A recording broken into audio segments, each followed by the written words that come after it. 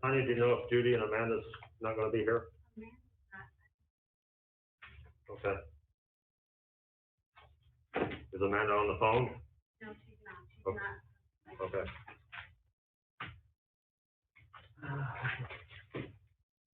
Well, it's 7 o'clock, and we'll go ahead and call the meeting to order.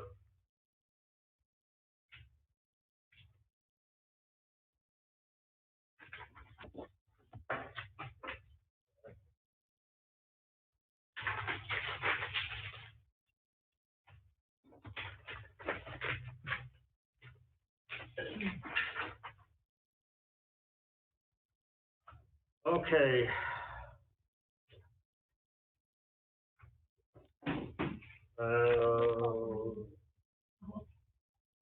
I did. Anita, are you gonna call roll? Yes, I can. All right. All right. Allison Burton. Fern Deathridge. Here. Carlyn Dillon. Here. Georgia Jarman. Here. Ron McMullen. Here. Judy Tyler. Here. Scotty Walker. Here. Unable to attend, Judy Walter and Amanda Travis. All right, thank you. Do we have any public comments? No, we don't. All right. Comments from the state librarian? Robin, are you there?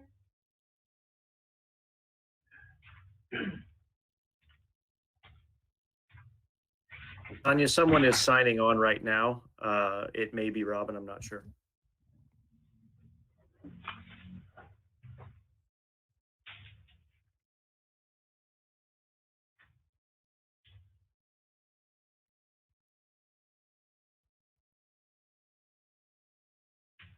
Robin, are you there?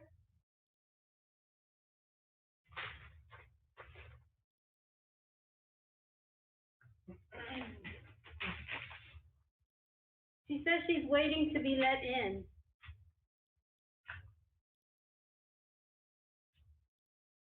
Did you give her the password for the meeting? Yeah, I gave her the whole, whatever Luke sent, I just sent that whole thing to her. Okay. As far as go ahead, Luke.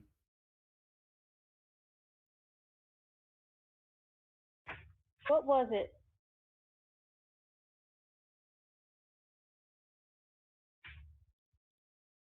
She said, I'm waiting for someone to let me in. I'm asking to join.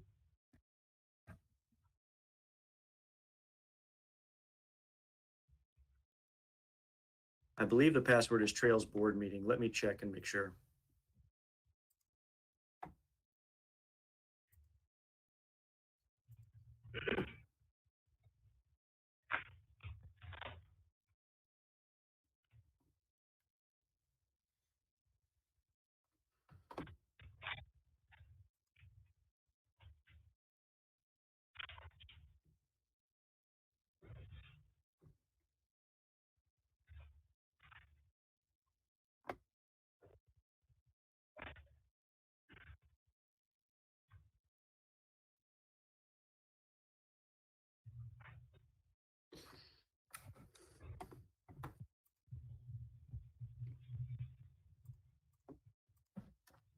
Didn't ask her for a password.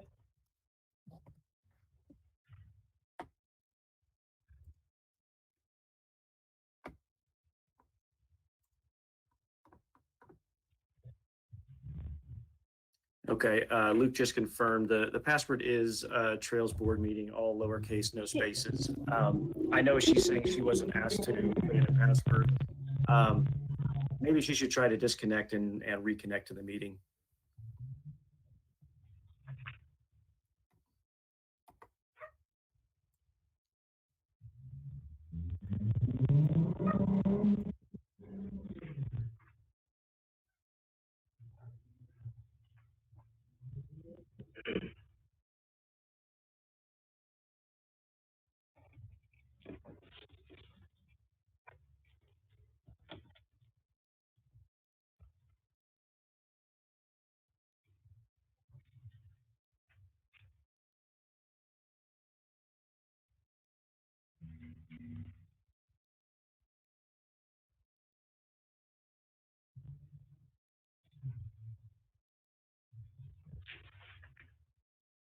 Would it be okay if we went ahead and took care of the consent agenda?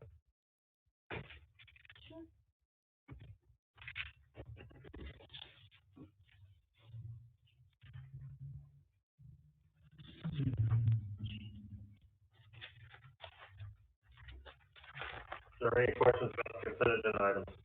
Yes, I had a question about the November meeting minutes. I'm sorry they weren't included in your current packet. I have an addition that, was omitted from the minutes, and I'm gonna pass those to you, so that you see where they are. If you have your November minutes, it is on page 2, under consent agenda. And, it's about,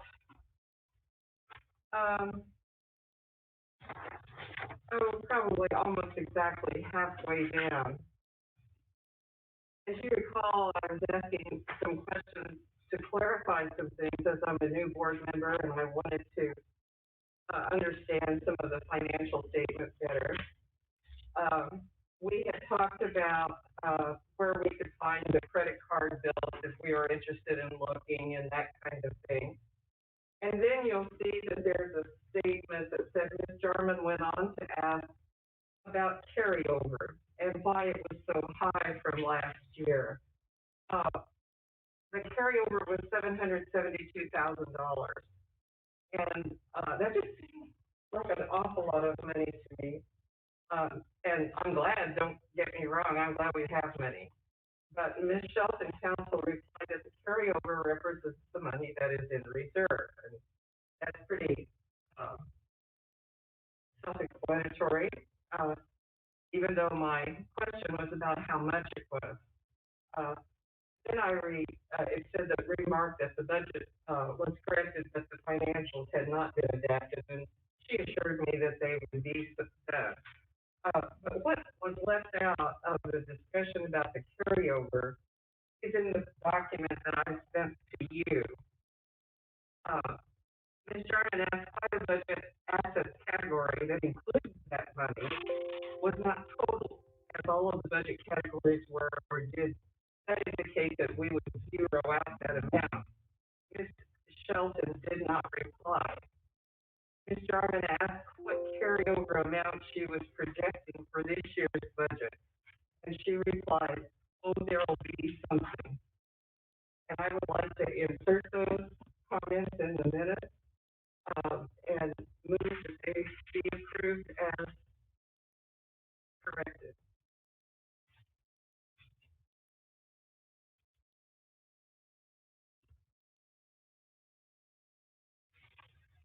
Any discussion on this? So we don't know how much the carryover will be? No.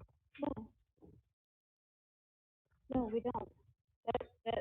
That money's in reserve, it's not actually in the budget. No, it is, because it's added as unexpended budget. So it is it's in the top of the, I think according to our bylaws, in order for the carryover money to be used, it takes, a motion from the board to move it so that, to the proper fund that it can be used for. And, I just would like to know, do we have a budget that's concrete enough that we can say how much of that carryover money we're using this year, and what do we project for next year? That's all I'm asking. And it's a point that I asked that question. We don't make a projection, it's just, I beg your pardon? we don't make a projection. It's amount that's figured when the budget is being constructed for the next fiscal. And I asked you, That's why I asked you specifically, and here's what where my real question lies. My real question is, we're getting lots and lots of proposals for very expensive things.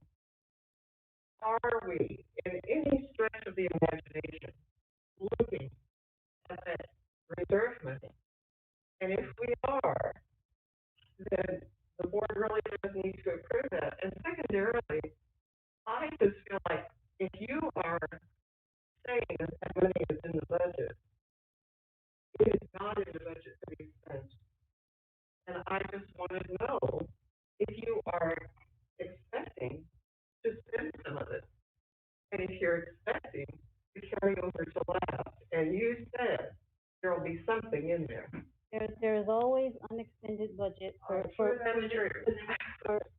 for the way that the Trails Regional Library budget was set up. There's always unexpended budget. And I know our bylaws say that there has to be something in it. Right. But, and my specific question has to do with how much are you projecting? Your budget should tell us, are you projecting that the total $772,000 will be there? No, What are you projecting? I'm not projecting anything. If you're saying that the $772,000 won't be there, where will it be? How will you use it?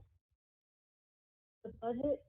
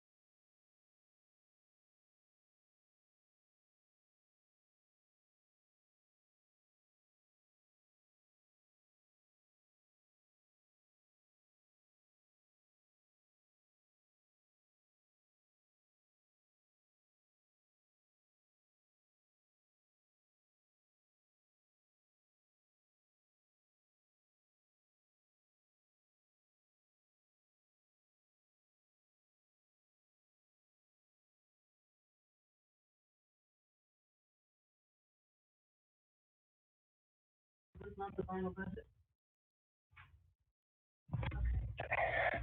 Talk to everyone. So I am, but I'm just, so carryover unexpended budget is up here. Sure. Both of these have to balance. So whatever we have in the revenue section, we also have to have in expenses. Makes So, all kinds of sense. so part of this money is kind of accounted for in here. Part of which money? Part of this $772,000 is accounted for. How much of it? We don't, it's not identified, Why not? it just isn't. That's You not, know- that's, You know, let me explain that I am doing this budget the same way that it's been done. So it's not that I have come in and I've done something that's different or new. and I want you to hear me say, I am not suggesting that you're doing something that Okay. someone else hasn't done. I'm suggesting that cash reserve, first of all, has to be transferred and approved by the board. You know, in our school district, we are obligated to have a cash reserve. And so are we. I know that by the bylaws. Okay. That we do have to have a cash reserve.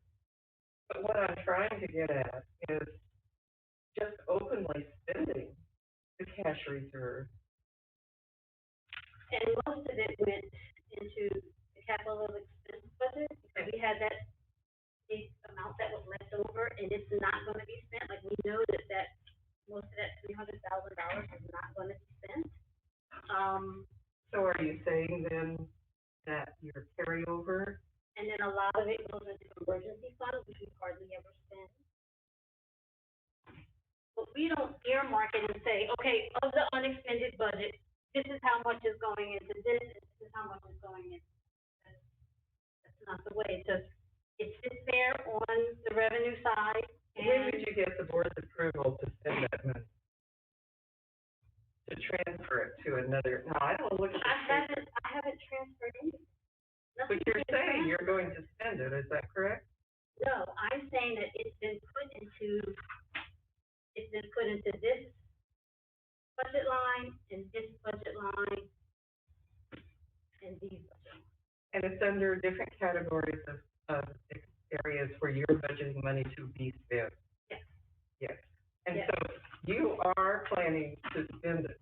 Right, but all of this is not reserved. That's the thing, like, some of this is just leftover budget money. So What it's do you not call a reserve? What is a reserve? So we have development reserves that are unspecified, development reserves for the debt service, so that's for the mortgage Okay, payment, payments. and then anything we transfer to operating. So these are coming out of this? And were they originally included in that? In this 772? I don't know. This is money that's been put over year after year after, I get that part. okay? I just don't get the part about, we're either spending it or we're not. We're either spending it or we're not. At the end of this budget year, what are you saying you will have in reserve? We won't know until the budget is done, and we know how much money we have left. So we'll have the money that we've already put in reserve, and then we will have probably quite a bit of money that's over that we haven't spent on all of these budget line items. I'm just telling you, I don't think most people can operate that way, or most businesses can operate. So I am meeting with the accountant next week, Mm-hmm. and I will get specific answers to those questions and send them out to everyone. Well, I have this question. I don't think we're talking about the same thing, so. I have this question. It says in the bylaws, or in our book, that anything over $5,000, if it's not in the budget, has to be approved by the board. Well, this is so vague, you could say anything was in the budget. Well, when we did the budget, there was a narrative that explained all the things that were included in the budget line items. Well, but I'm just saying that it's very vague. But that's, Like, the narrative was not, the narrative. Like library supplies. You have $47,000 in library supplies, which I have no idea what library supplies are. If you look back through your things and you look up the narrative, it's in the budget narrative. What's the- Tanya, I just want to say And this, that that's what I'm looking at? I do not in any way want to be perceived as someone causing a problem. What I want is answers to my questions. And like I said, I'm meeting with the. I know you So are, I'll get the answer. I know you are, but let me finish. It's disturbing to me that the person who is in charge of our finances, which is you, who has many other good qualities, cannot tell us what our bottom line is. This is our bottom line for where we go forward for next year.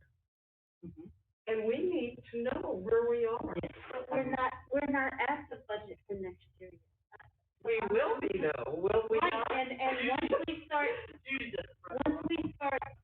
putting the budget together, you get a preliminary budget, you Is get this a draft budget. preliminary, this big down thing? No, that's the budget don't know what our projected totals are and what our carryover is going to be.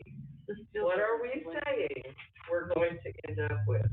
You know, all of us, We don't, I guess I'm not understanding, because we just don't do that. Yeah. That's just not anything that we've done. well, may I ask you to please consider that as a part of your budgeting? We deserve to know how much money is going to be spent this year and how much money we can anticipate. And we're not saying, oh, it has to be on the penny. Do you think all of the school districts in this county don't have to do this? Well, I have to do this at home. but that budget does show what is going to be spent. That isn't my question though, is it? No, I thought, My question is, how much are we going to spend total versus how much money we have? And how much of our reserve funds are we going to spend? okay, Does that make sense? It's the way I think all of us operate at home. You have to know. I will appreciate it very, very much if you can do that for us. Our budget should be something that is fairly reliable for us to look at and know how much are we spending and how much are we going to have to carry over within reason. And I'm telling you, I don't anticipate that it be right on the dollar, but I do anticipate that we make a good effort at doing that.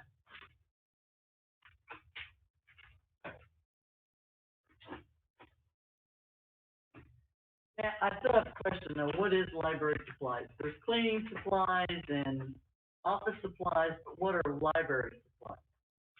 it would be like, the covers, labels, genre identification, barcodes, library cards. So can we take some duties here now? Oh, Judy, come here. Here, this is your seat.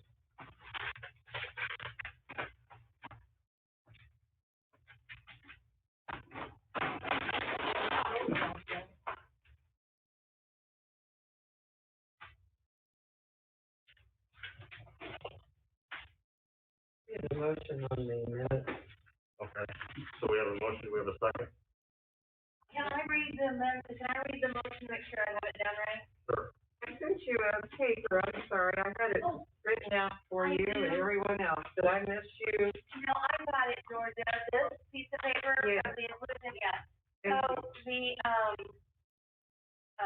the motion is Georgia Jarman made a motion to approve the consent agenda with the added, statement that she passed out, so that she proposed, and with the addition of the printed checks from the general fund. I did not make that motion. Okay, I made only a correction to the minutes. only the correction to the minutes, okay. And Ms. Love, is it possible for you to send those corrected minutes to the board so that we have a copy of them? Yes. I'll appreciate that. So we have, do we Okay. have a motion? So the motion is just to correct the November minutes, That's right. okay. And we have a, and we have a second, is that correct? Ern second. So we'll take a roll call vote. Allison Burton. Vern Deatherage. Yes.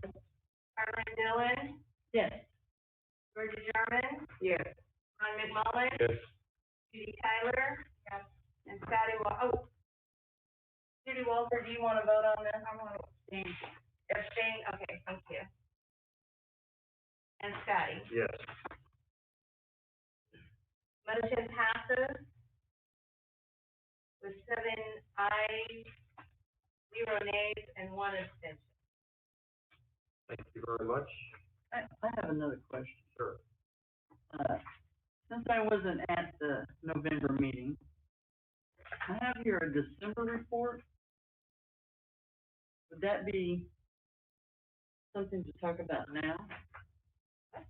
And on the very back page, it says the Holden branch was closed from December the 8th to to December the 29th because of multiple staff exposures to COVID. Why was the library closed so long? Staff was quarantined. One staff member had COVID and the rest was quarantined. That's 14 days, this is 20 days. Yes. I thought you only had to quarantine for 14 days.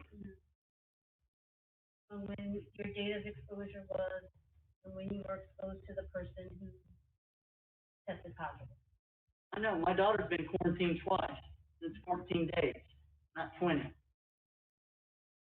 And we couldn't find any other staff to go and open the library. At that time, we had multiple staff in multiple areas quarantining. We also had staff that were scheduled. Yeah. So most of our buildings were already on a skeleton. Were any other branches closed? Were any other branches closed due to COVID? No. Was more than one, Warrensburg closed on a Saturday. so you're saying they were so short-staffed, they couldn't send one person to open the library? I had that same concern. I do too, and we are seeing many of our patrons be very, very unhappy. The social media blew up about the library being closed for 3 weeks. Those are our tax dollars. What are they doing? They can't even open the doors, and now we can't even get curbside. So that's my question. Out of all the employees that Trails Regional has in Johnson County, I guarantee you there were 3 staff in Warrensburg, and one of them couldn't have went to Holden even a half a day. Even if they could have done a half a day. And I could understand if it was maybe for a week, 20 days. I think that's excessive. Sonia, could we ask you to work up some kind of contingency plan so that no library in our district, in our region, has to be closed totally? I can't agree more with what Carlin's saying, and I appreciate that you want to keep people safe. But it just seems to me that when we have to close one down for 3 weeks, and we have other personnel, that we might look at another plan for trying to keep the library open. I would appreciate it very much if you would look at that as a potential plan of keeping our system open. Thank you. I have a question. I understand if was one of the Lexington employees, is that person not working at all right now? Could that person be someone who could fill in at another library when necessary because of COVID?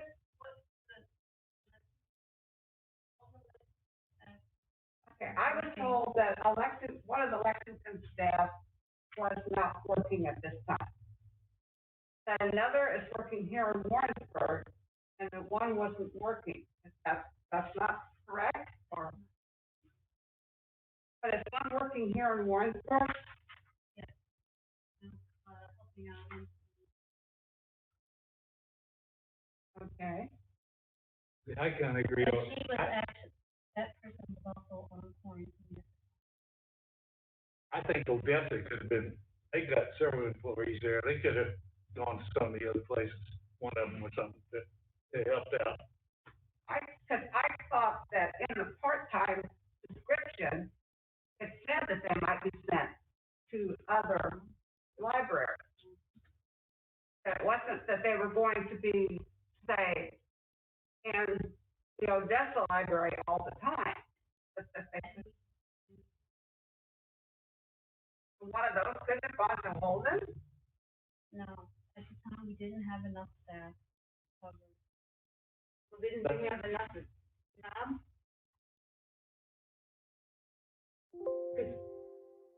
Particularly when they don't have enough work. just looking at the number of curbside pickups at all the branches, they're all very low. I don't see why, you know, if you need to have a staff of 5 people, you know, definitely that you couldn't do 213 pickups with 3 people, 4, so. All 5 people were not working. As I said, we had multiple staff that had scheduled time off. Should we maybe let our guests speak and then settle this stuff when they're finished? I'm sorry, I couldn't hear you, Fran. She said, should we settle this later and let our speakers speak? I didn't make the agenda and put them all the way to the end. Is the librarian, I am here. can I ask how long your presentation is? How long is the presentation? Not very long. Okay. Yeah. So if you want to go ahead and start. Okay. Tanya, are you there, Tanya? I am. Okay. I can only see, the only person I can see on camera is Luke. So hi, Luke. He's the only person that I see. I can't see everyone else right now. So I'm gonna try to, I don't know if I'm gonna change it. I'm just gonna probably leave it as. So Luke, I'm gonna be just kind of looking at you because I can't see everyone else. So I'm Robin Westfall. I am the state librarian. I work in the Secretary of State's office, and one of the things that I'm doing is right now is I'm virtually attending library board meetings. I'm just kind of seeing what's going on around the state. But I want to tell you a little bit about what's going on in Missouri's library and what we do at the state library. Libraries across our state immediately came together, and starting March 24th, I believe, was the first time we all came together, and collectively, the libraries began to meet virtually every week and strategize and plan and support each other. There's a strong bond amongst our state's libraries as they talk about and came up with plans on opening and reopening and curbside service, some of the things that you're talking about right now. And as a collective, libraries from all sizes are having similar difficulties to what you're talking about, and trying to both serve the communities but yet keep staff as safe as possible. All of the things that libraries have dealt with are new to them. Managing summer reading programs that are going to be completely virtual. Curbside service was new to a lot of libraries. But I must say in Missouri, the libraries have managed quite well. I think a lot of it can be attributed to the dedication and, dare I say, guts of library directors across our state. Your director served on a committee that was commissioned by the state library to write reopening guidelines for libraries. The document that we created in Missouri was downloaded 500 times by librarians, not just across Missouri, but it was a document that was recognized by the American Library Association and was used by library directors across our country. Your library took advantage of CARES funds and began a hotspot lending program. Your library is one of 52 libraries that participate in Missouri Evergreen and share amongst each other. That became vital and has still been vital during COVID. They shared millions of items every year. The state libraries financially supports a lot of these programs. Missouri Evergreen is one of my boss, Secretary of State Jay Ashcroft's favorite projects that the state library is a part of. So what does the state library do? How do we help libraries? So the state library administers federal funds, and state aid at the state level to libraries. Federal funds are voted on by Congress and authorized by the Institute of Museum and Library Service. Trails Regional has always had a great reputation of not just applying for grants, but the quality of the grant applications is stellar. The Grants to States program is across all 50 states, and Missouri gets about $3 million in this funding. And we use it a little differently than most states do. We offer grants to libraries, as I talked about, and a lot of other state libraries don't do that. They do larger statewide projects. But what our feeling is that these are funds that should be decided at the local level as for each community, how they should be used. In 2020, the state library awarded 252 grants. This year, we had emergency funding, as I talked about with CARES funding, and then we also did a project with the Department of Economic Development for some additional CARES funding for additional hotspots. So all of that, we, in addition to the federal funding, the state library, under the direction of the Secretary of State's office, we allocate state aid, which is something that most years that the legislature allocates to libraries. The state aid is distributed to library districts at a per capita allocation. And then county libraries, state statute designates what's called equalization funds for those libraries, and the amount is determined to help stabilize funding in some high poverty, low tax assessment areas of the state. And in addition to the important work that we do administering funds, we also work to further early literacy, computer and digital literacy, employment services, services to special populations across the state. Ultimately, our goal at the state library is to help library districts better serve their patrons, train library staff and library boards so that they can be more effective and better manage their duties. We do new director training, which your director has attended. And we, as I said, we have forums. They've now gone to every other week for library director staff. And we've added additional forums, ones for youth and teen services staff. And also we have one for adult services staff. And this is where those in those positions across the state gather, share information, and talk about strategies, especially during COVID. Board training, while not mandated, is something we certainly encourage and are striving to improve our offerings in this area.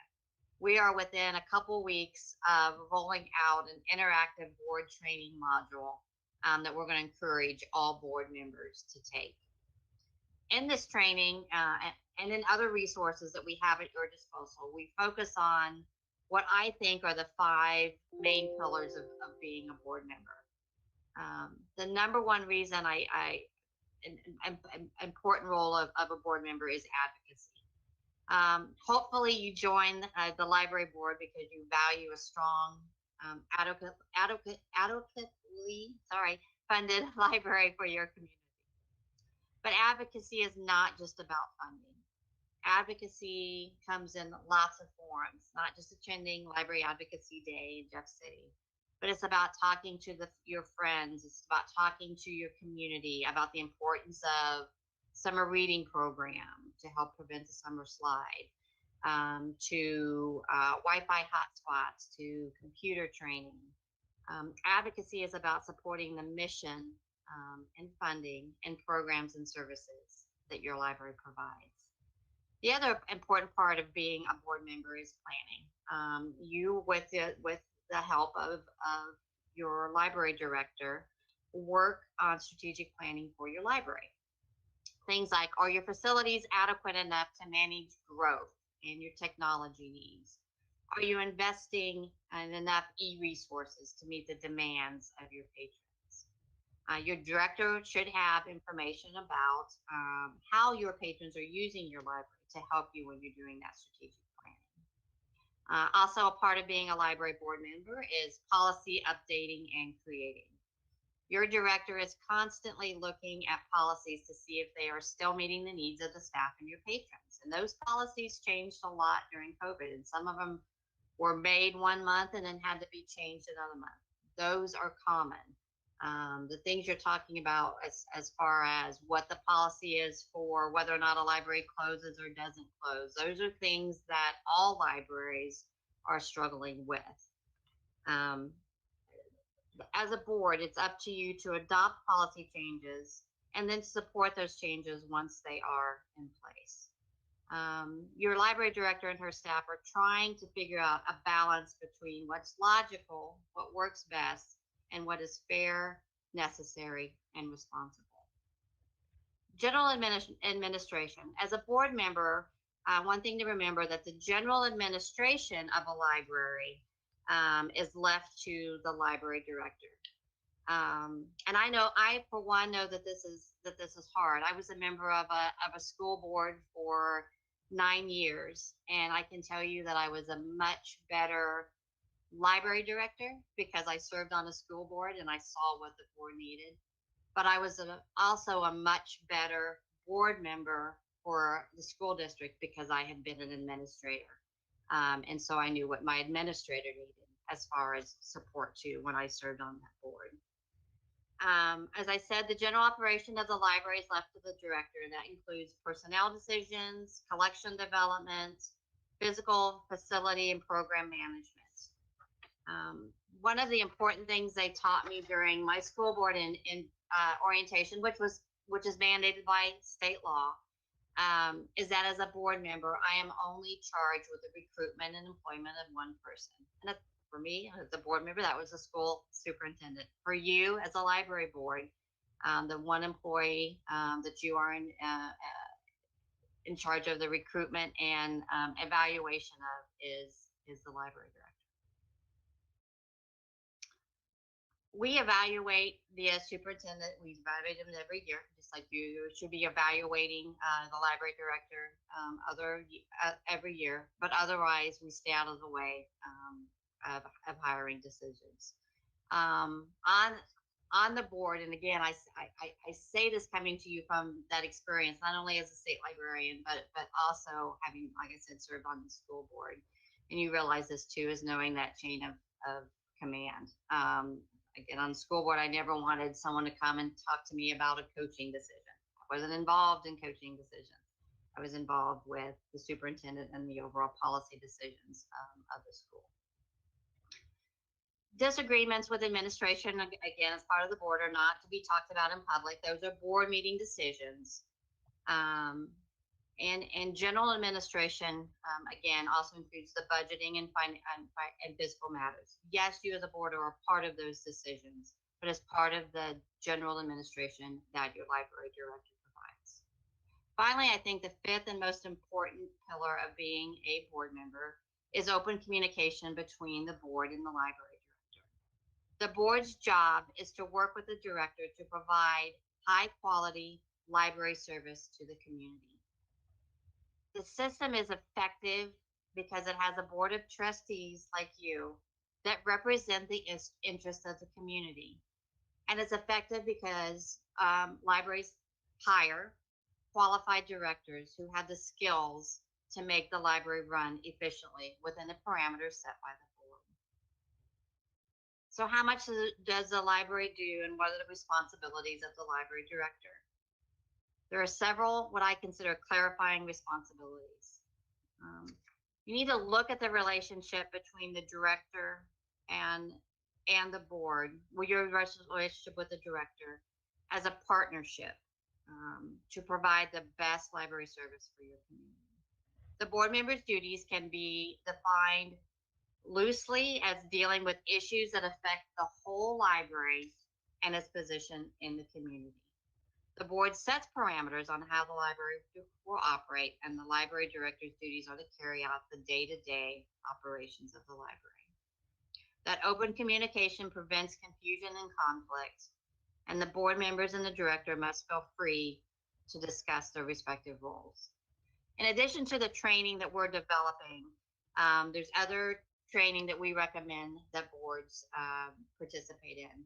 And I'll make sure that you have access to that. The Wyoming State Library has got, they're actually comical, board training, that they've created. United for Libraries is another, it is another, source. It's a volunteer position. I understand, and there's a lot that goes into being a board member. But the more training you get, the better it is for your community and for yourself and for the staff of the library. Trails has a great reputation, and your staff is known throughout the state as being professional, helpful, and committed to making all libraries better. Every committee, a statewide committee, there's always somebody from Trails on it. Missouri Evergreen is well represented on their board in the community, in the committees by Trails representatives. The reputation of this library district is stellar. And finally, I just want to say, I want to talk about where I see the future of libraries, and just let you know that you're heading in the right direction. The things that you have done during COVID are things I think are going to continue for a long time. I read an article and it says some of the changes enacted during the pandemic at first glance appear small, but they're actually significant and will remain. Curbside pickup or grab and go service for people to retrieve selections is a step forward. It's something that people are going to want even after the pandemic is no longer with us. Libraries have become people-centered and not collection-centered, and this is critical. I mean, it's thinking about different ways to serve the needs of the community. During the election, there was notary service was provided so that people could get their ballots notarized. I guess what I want to end this on saying is that you're doing the right things. The things that are going on at Trail are the things that we're seeing not only in other libraries in Missouri, but across the state. And so I commend you for serving on the board. And if there's anything that the state library can do to assist you with things with the board, or Tanya knows, she knows if she ever needs us for advice or anything, that we're here for you. So I appreciate being able to talk about what the state library does. It's a fantastic gig that I got. I was a library up in Chillicothe for a number of years, where Karen, when Karen left to come be your director, I took Karen's place up in the Livingston County Library. So again, any questions for me or any questions about the state library?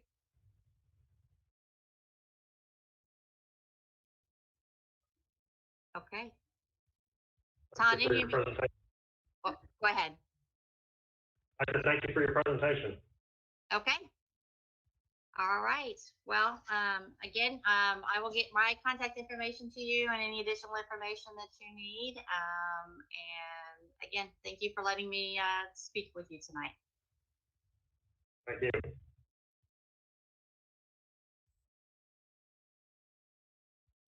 Okay, we were at the consent agenda. I would like to, were there other questions concerning consent agenda items? Guys, Yes, I don't think we actually approved the consent. we haven't. Okay. Not yet. I was gonna ask if it's all right with the board, can we jump down to new business number 6 so we can take care of our visitors, and then we can go back up to 4 to approve the consent agenda? Is that all right with the board? Okay. So down on new business, Tanya. You, two proposals for large capital projects that we're hoping, we can add to the fiscal year 21 budget. One of them is the roof for this building, which, has been leaking for quite some time in multiple places, and been patched over, quite a bit. And the other is the Knob Monster parking lot, which if you have been there, you have seen the state of that parking lot. It's pretty bad. But over the, PowerPoint and give you a little bit more information about it, and then, Dylan and Doug are also here to, answer questions about the job and give more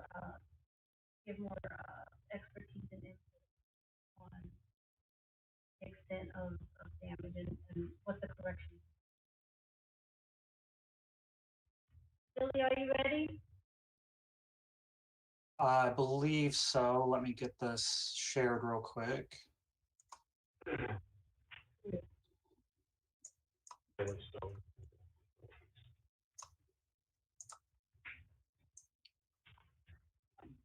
All right, can you guys see and hear me?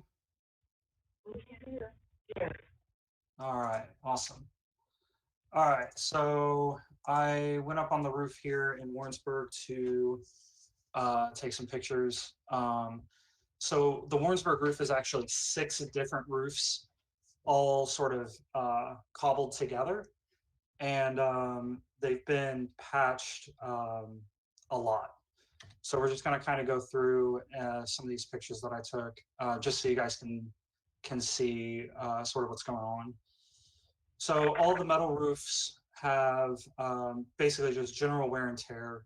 The paint is flaking off. There's some rust spots. And right here, you can kind of see that all the nail or screws actually have been sealed multiple times. This here is right above the circulation desk. The large white spots are patches that have been put down over multiple times. And then these dark brown spots here are where water is collecting, which can over time basically cause issues with the seams and whatnot. This is above where YA used to be. So from where you guys are sitting, this is off to the south. The barrel roof here and then the metal roofing, you can see these gray spots where multiple patches have been made. This is looking north, so towards where y'all are sitting right now. And again, you can see this black tar is actually something that I put down here recently when I was chasing a leak right over the area where you guys are sitting. So it's been patched multiple times. This is a little bit lower on the roof. Again, you can see the latest patch that I've put down, but it's on top of multiple other patches. Here is on the south or the east side of the barrel roof. The barrel roof is the part of the library where there's no carpet and it's bare concrete. So that's where our audiobooks and something else. I don't have everything memorized yet. So this is on the east side of that. And you can see that where the sheeting wraps around the brick, it's been patched multiple times and it's starting to pull away. This is on top of the barrel roof. The barrel roof itself doesn't look terrible on the outside. This is a specific spot where it looks like maybe a pipe was removed and then patched over. But this is the only spot of Warrensburg that has a attic space. And if you go up in there, you can see where there's been some water damage over time. So it's getting in somewhere, and obviously it's got to be coming in from the roof. This is so from where y'all are sitting all the way west, just outside the new PTA office, there's an AC unit. This is the vent for that. And you can see that it's been slathered multiple times in different patching materials. And it's actually got a broken tube that's on my list of stuff to fix. That's a condensate line, drain line tube.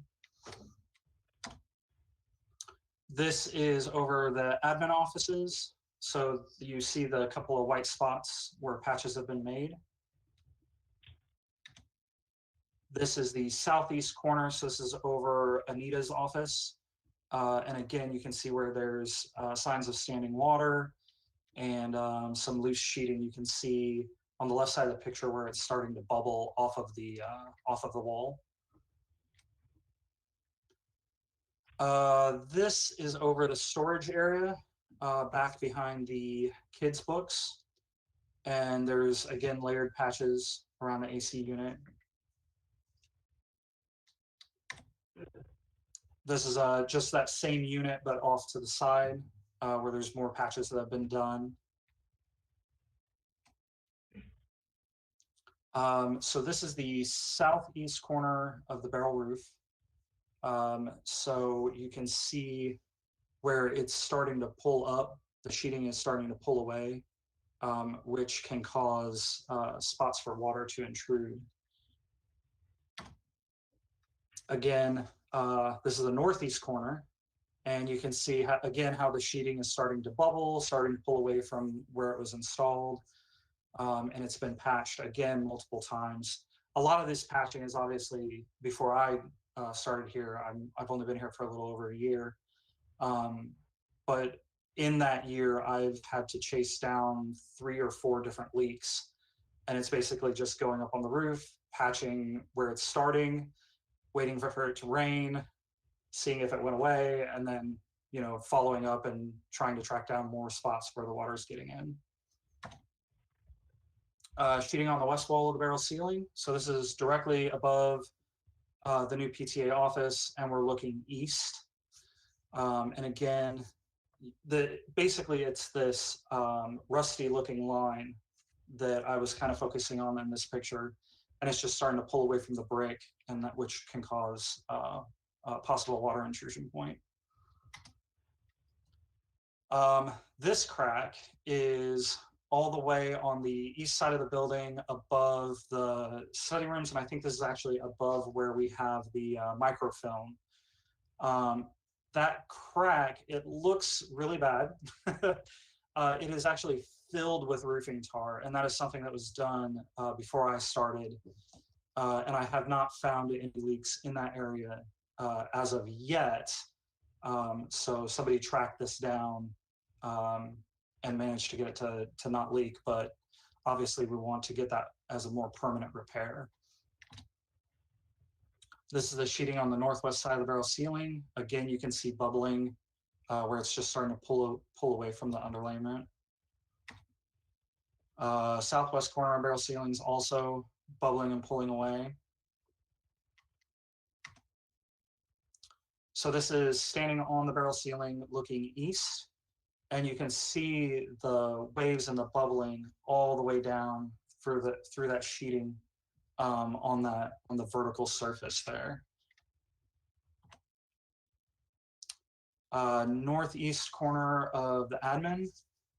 So this is above Tanya's office. And again, we're seeing bubbling in the sheeting. We're seeing cracks starting to form where the different pieces of sheeting start meeting together, and signs of standing water. This here is above the TS office. And again, the vertical side of the sheeting is starting to bubble and pull away from the brick. Signs of standing water. And again, you can see the border pulling away where the 2 pieces of sheeting are meeting. Typically, this wouldn't be an issue, and I haven't had any leaks so far in this spot. But if we get a real hard driving rain out of the west, we risk the possibility of water being pushed up under that, where that sheeting is. And then this is directly above the PTA office. Again, it's the same thing, just more of the sheeting pulling away. This is the southeast corner. So this is the southmost part where the public computers are at. And again, we're just seeing a lot of signs of standing water and low spots in the roof. And then this is directly above the vestibule, just more low spots where the sheeting has started to settle, and it's just causing standing water. Southwest corner of admin, again, low spots with standing water. These are low spots. The dark patches, they're right above the guttering, are just low spots, and that's looking down across TS. This is the top of the border wall between the barrel ceiling and the PTA office, and it's just showing signs of major wear and rust buildup. This is one of the more concerning spots that we found. It's almost like walking on a piece of sponge. The underlayment is definitely damaged. There's definitely old water damage under there. There's nothing in TS yet. I haven't seen any signs of like water intrusion, but I definitely avoid this area every time that I have to get up on the roof. And I think that's all the pictures I've got for Warrensburg. Did you all have any questions for me about the Warrensburg roof? Billy, this is Georgia, and I just wanted to say, first of all, how much I appreciate the fact that you have gone to the trouble to give us some photos rather than having us all go up there. I really appreciate that. I wanted to ask you if during the process of working with RCI, do you submit specs to them? And if so, what specs did you submit? I'm sorry, did I submit what to them? Specification specs or bidding? Or did you just approach it like we need to remove the roof? I had RCI come out and take a look at it. I explained what we were experiencing and what we were seeing. And my personal feeling on it, just from having done housing maintenance for going on 8 years now, is that the roof is basically on its way out. It's my understanding that it has not been resurfaced or replaced since Trails bought the building. Is that correct, Anita and Tanya? We have had areas with not really resurfaced, but kind of like a super large patch over it, but not the whole roof. It's just been areas. Okay, and that's what it looks like, is that there's been multiple sections that have been patched in the past, and so it's my opinion as a maintenance personnel that the roof is probably overdue to have a full replacement. We just run the risk of spending a lot of my time chasing leaks, which is not a huge deal, but we do run the risk of eventually a catastrophic failure in one area or another, where water gets in, freezes, and then just drops the roof. The most concerning spot, like I said, is definitely above TS, where, like I said, it's like walking on a sponge. So if it's there already, it's only going to get worse if we don't fix the issue soon. Well, for sure, this last slide is really problematic and needs to be attended to. Billy, this is Carlin Dillon. Yes, And ma'am. I have a question. Have we ever had the roof inspected with a certified inspector? I believe that RCI is the RCI brought a roofing guy out? Yeah, and, I'm sorry to interrupt, yeah, Shepherd, they came up and took a look at it. Does the city or the county have an inspector? Have they ever looked at it? That I don't know. Because we have city and county inspectors, so I just wondered if it had ever been inspected. When does the roof have to be inspected? Yearly? Generally with cities and counties, most of the time they're looking at plumbing, electrical, framing. Generally, they don't have really roofing knowledge outside of specific materials. It's just single ply shingle or an asphalt roof, from my experience. So who did RCI have it inspected by? Was it an engineer or an architect or? No, it was by a roofer. We didn't have like an actual inspection. We just had to get our roofer. Yeah. Shepherd's Roofing. And you were with Shepherd's Roofing? I'm Doug with Shepherds. We came out and took a look at it. Dylan called us. You know, looking at it with what's up there, roof like that's generally 15, 17 years of life cycle. There's currently 2 roofs on it. There's an asphalt roof over top of the decking, and I say that not in this area. This is the metal roof area that Billy was talking about. But the barrel roof, the vestibule, that area there, that last slide, we've got a soft spot. There's currently 2 roofs installed, so it has been re-roofed in the past. And so I don't know how long ago exactly they got a date stamp or anything on the material to be able to tell you how old it technically is. But based on the appearance of it, the leaks of it, the type of material it is, you're getting to the end of the life cycle of one stuff. Obviously, there are roof consultants, there are engineers. I mean, there are people that come out and take a look at it and give you, you know, a forensics look at it, essentially, for what you have. That we work with, that Dylan's worked with in the past as well. So Where are you based at? Green Valley. So, we're in Green Valley, been around for 25 years. Do you normally do commercial building? Yes, all we do. We only do commercial buildings. We don't do any residential.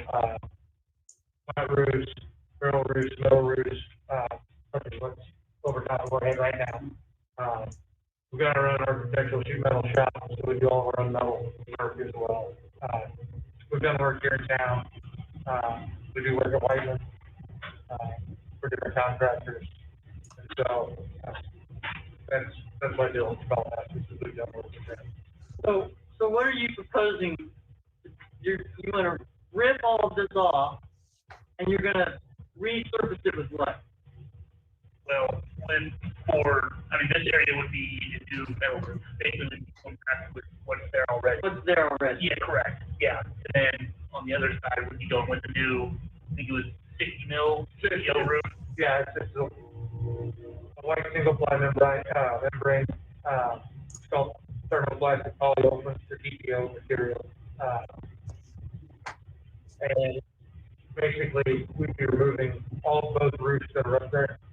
Building code dictates you can't have more than 2 roofs on an existing building, for loading issues. So we'd be carrying everything off down to the existing depth, inspecting it to make sure, obviously soft spots, like are shown on that last slide, wood getting replaced, that's there, damaged, and then new insulation to bring it up to an R25 building code standard, and then an membrane over top of that. So there's no way to just, we're not even going to discuss about doing some of it and fixing other parts of it. So that's something we haven't really discussed, but because of the way the roofs are broke up, there are ways that you can do areas, because you've got demising walls, essentially, parapet walls sticking above the roof depth. So you could pinpoint like that last picture that Billy had in that worst section that he's found. You really could roof that area and leave the rest if you wanted to, and do it as an area by area. Where that gets difficult is the north side of the barrel, where it ties into the metal roof here. Just different materials makes it a little difficult to start and stop. And then the south side's easier to do that with, the north side is still a little more difficult, because you've got compatible material, south side of barrel to the flat roof, on that side. So it is possible, yes, to do areas and not the whole thing at one time. Did you bid that? No, we looked at it as a whole, talking about just getting, looking at it as a budget perspective as a whole, not as areas. We could go back and do that. Yeah. If you wanted to look at it as different pieces, that's not a problem. I just really feel like with different routes, wouldn't you want an engineer stamp on this, just from the standpoint of stability? I mean, we definitely could do that. I guess we could, it would be a good idea Yeah. to do that, and to also consult with the city about it. I don't know how the rest of the board feels about this. I think this is an incredible amount of money that we're spending, or that we're being asked to spend. The bid, to my way of understanding, was constructed in October for a 30-day limit. On the back, it tells things that are not included, one of which is taxes, which, I've been assured that we're tax exempt and we're not paying taxes, is that right? That's correct. The other thing is, the prevailing wage. I need to know what, the Davis-Bacon prevailing wage, I understand, is the federal, prevailing wage. Missouri has a separate set of prevailing wages. Correct. How can we be guaranteed that any of our local people who pay taxes to this library would be getting any portion of the contract? Well, I mean, I guess we wouldn't, there's really only one major part to the contract. I mean, you know, it's essentially just a roofer. But when you say local, you mean Warrensburg local? I mean, countywide local, we've got 2 counties here, we've got people who need work, Right. and they pay taxes to it. Shouldn't we be looking at some of our local people? Well, I mean, I'm not against that, but I don't know any qualified commercial roofer in this area. Well, I would suggest that maybe we do some partnering with, Tracy Brandner. That's what Tracy does for a living for this city. Okay. She would be a great person to meet up with and talk with. She supervised the roof on the courthouse. She's got a list of local contractors. I'm sorry, Mr. Shepherd, I'm pretty passionate about this. I appreciate your company. But I just think that we need to be doing something different. Yeah, I mean, I don't have any problem looking into that. Well, I would really appreciate that, and I don't know how the rest of the, I'm feeling like I'm speaking out of turn, but, I don't understand why you figured federal prevailing wage when you should be figuring Missouri and county prevailing wage. So Federal would be a lot higher. yeah, so, I mean, I think that's what you were told, that you were under federal prevailing wage? Why? because we're using RCI. No, I mean, not, It's not a federal building, not a federal job. I was told we were using, Doug? Do you have an opinion on? So Davis-Bacon applies anytime federal money's are used. It's not just when it's a federal facility, so if there's any grant money involved, that's when Davis-Bacon would kick in. And it depends on what you're looking at. Sometimes it's higher, sometimes it's lower. You just have to look at the job categories. But that's when Davis-Bacon would apply to a local entity, is if there's federal funds. It depends on your source of funding. What is our source of funding, Mostly taxes. I don't know that. Tanya? It's, Our budget. Most of it is local tax. No, I mean, how are we planning on paying for this? It would come out of the capital. Capital expenses, out of the budget. Doug, could you also, I'm having difficulty with the fact that we're not letting bids. And I understand that, we had a representative from Gordian come and talk with us and reassure us that we were great with not doing that. But, it's kind of ingrained in my soul. And so, would you help us understand how that can be bypassed? So there's only a handful of situations under Missouri law where bidding is a legal requirement. I'm gonna take these off then. I'll go. So when you're procuring engineering and architectural services, when you're procuring a construction manager, there's certain statutory procedures where bidding is required. If there's grant funds involved and your grant agreement requires a certain process, then it's required. In all other situations, it's up to the individual policies of the governing body as to how they do procurement. And so there's really like a range.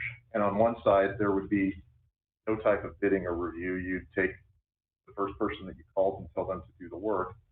And on the other side of that spectrum is what we would think of as a traditional bidding process, where there would be plans and specifications, a bid packet, advertisement, a period for bids to come in, a bid review.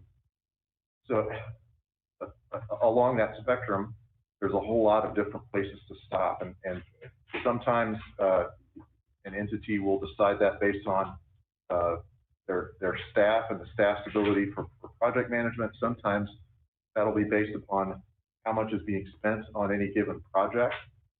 So there can be a requirement for a more informal process where there are a certain number of proposals that have to be solicited, as opposed to a full published, the world bidding process. There's groups like Gordian that have set prices where they have conducted bidding for a variety of services, and contractors agreed to a certain price schedule. That price schedule is not necessarily compared against something through a bidding process, but that is a way to do procurement.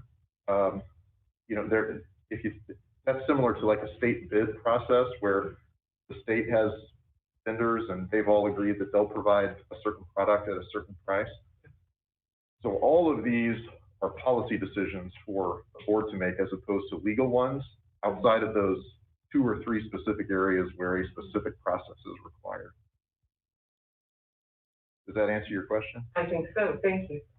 Do contractors pay dues to be a part of Gordian, or a fee to be a part of Gordian? I don't know the answer to that question. I can answer that.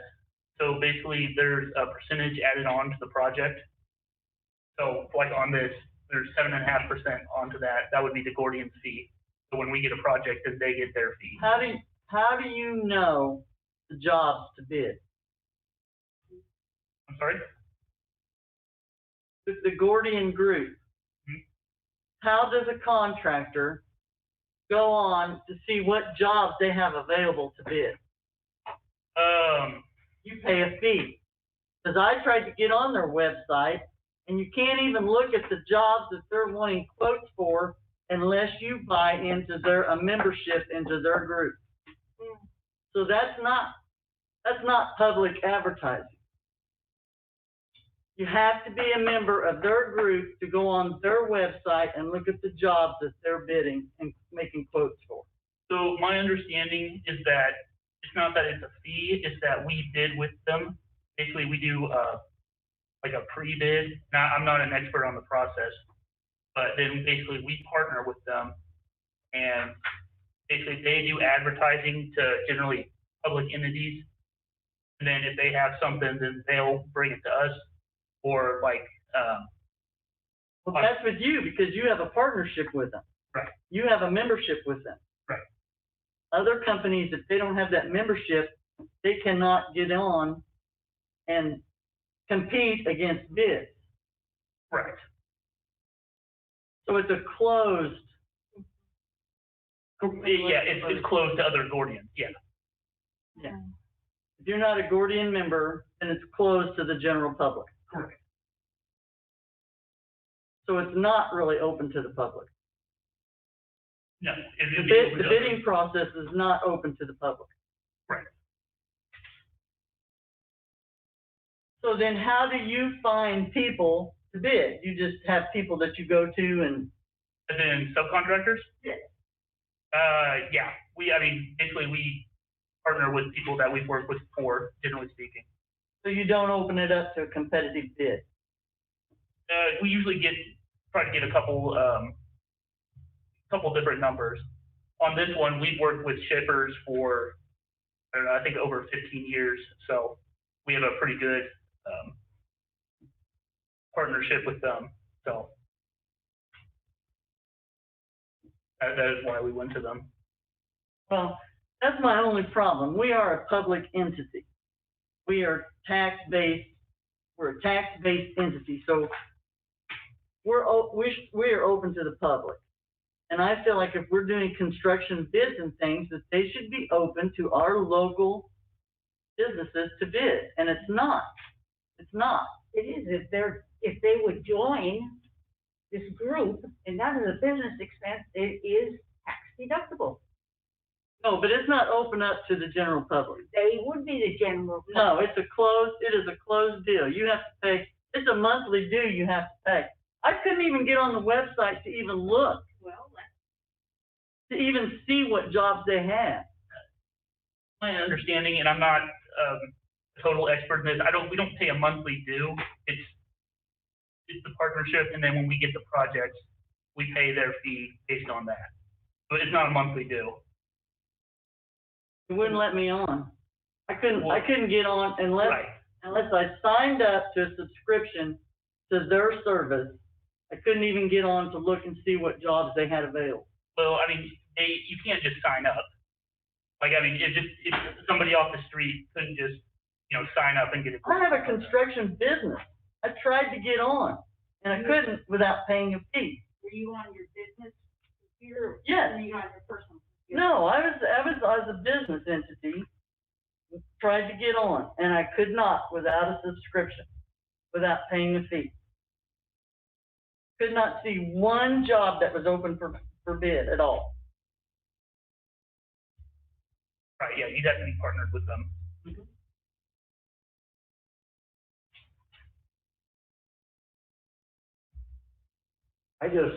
I'll just throw my 2 cents in the work, and I'm not bad mouthing anybody here, but I would just like to see, I would like to have a comparison.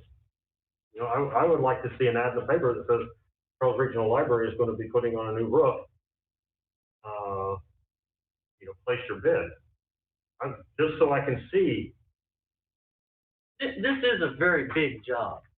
It is a very big job. And I'm not even sure that there's that many local businesses that could do it, to be honest.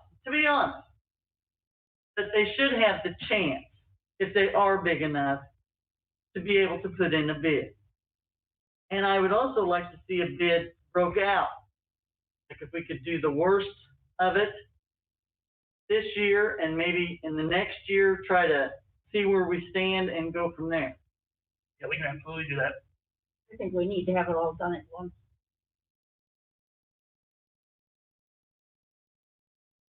I don't feel comfortable with that unless it's inspected.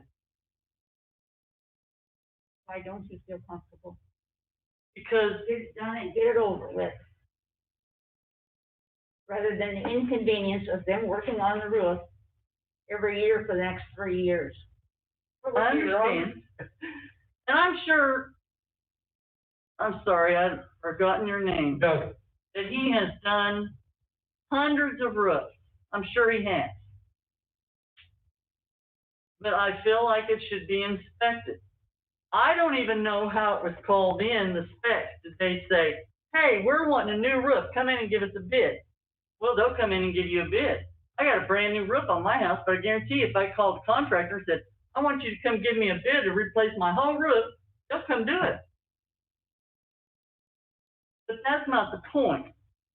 The point is, if we're going to take all this roof off, and it's several different places and several different materials and it's joined in different places, I would feel more comfortable if it was inspected. I understand that as he does the work, it's gonna be inspected. But was you on the roof personally to look at it? I have no, again, it was in that mouse, actually came out on the way home. I mean, I don't know how many years you've been in business, but I'm sure you've done hundreds of roofs. I've been in business 25 years. I've been with the company for the last Nothing 15. against your business that you're not a good businessman, that you don't do good work. It is a lot of money. I completely get that. It is a lot of money.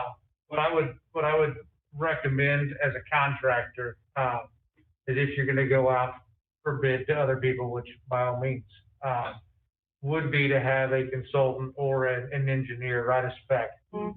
So everybody's bidding apples to apples, because there are, Yeah, 30 different materials out there, 40 different ways to put the roof on, quite frankly. And so, as a contractor, and there's shoddy work and you don't know it until it rains and it I hate doesn't that. work. I hate the chance of bidding it one way because of code, or bidding it this way and somebody else doing it a different way, and not being apples to apples as far as a comparison goes. So.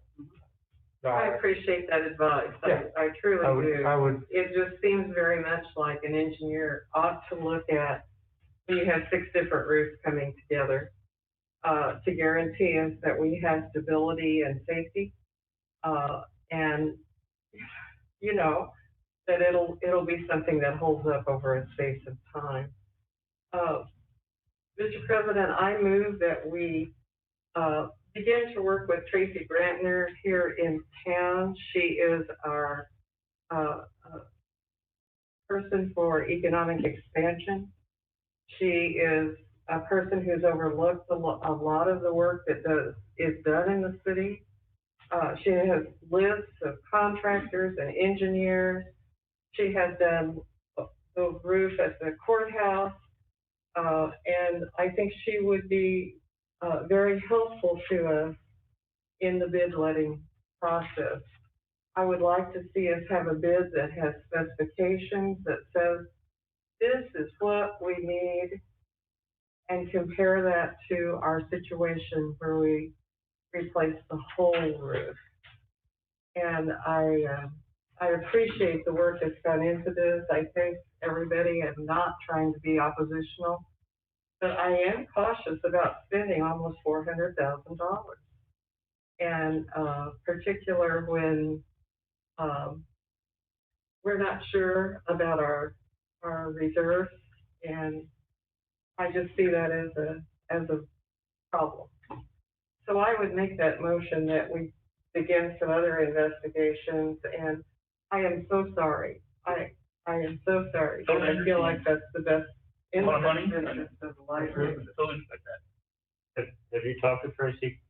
I have only just called Tracy to find out if it would be a possibility, And she said, and she said she would love to work with us. an advisory, In advisory capacity, or as a person who would oversee. do we pay her then? I'm not sure. She's a county employee, I don't know. I'm not saying the roof's not bad. It looks bad. It looks like it has some real problems. It needs attention, it does. It really does. But I would just feel more comfortable if we had an inspection and they tell us exactly what needs to be done. I'm not saying Billy doesn't, he's been up there and he's patched it and he's done things, but he's not a certified engineer or an architect. And the other part of it for me, and you may feel differently than I do, and that's okay with me, but I'm not gonna tell you how old I am, you can guess. I've worked a long time in the public, and some of the rest of you have too, with public money. And the idea that we would bypass the bidding process is a hard pill for me to swallow, I mean. And I just, I think about how that will be in the public when it's discovered that the Trails Library Board authorized a new roof without letting bids. The state of Missouri holds us responsible for doing that, for spending public money. Working with the Gordian Group is a caveat that we can use. We pay for that extra use, but to let bids locally is a really, really important thing when we're spending public money, if for no other reason than the perception from people in the community. End of speech. I had some comments on the, concern on the proposal itself. One side of the page, it says caulking would be done, and the other side, it says excludes caulking. That's just one example. We have several of those in there. But that's the one I think everybody can comprehend and use, know what we're talking about. Also, I'm surprised that it's only a 20-year manufacturing warranty. So I generally stay quiet at these meetings, but there was a lot of discussion that just happened, and I think I heard that start with the motion. Yes. I'm So- sorry, with my mask on, I can't hear you. So I think that we might have a motion on the floor. I didn't hear a second. Not a second. Do we have a second on, What was it again? That we work with Tracy Gregg. I have down that Georgia Jarman made a motion to work with Tracy Bratner, and then I would get her title, and add in there, to help us work up the bids, so that we have bid specifications. We would work as an advisory person or possibly even, conduct the project. Is that right, Georgia? That's pretty good. That's Okay. pretty good. Thank you.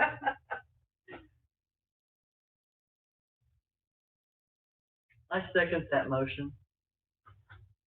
all right, we have a motion and a second.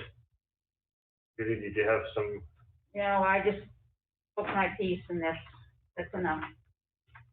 Well, I really appreciate RCI, I really do, and I keep forgetting your name, I'm so sorry. Mr. Shelton. Okay. But I really think we need to have it inspected, see exactly what can be repaired, if it all is trash and we have to tear it all off, or if parts of it can be fixed and other parts of it taken off, and then come back to you with those specifications.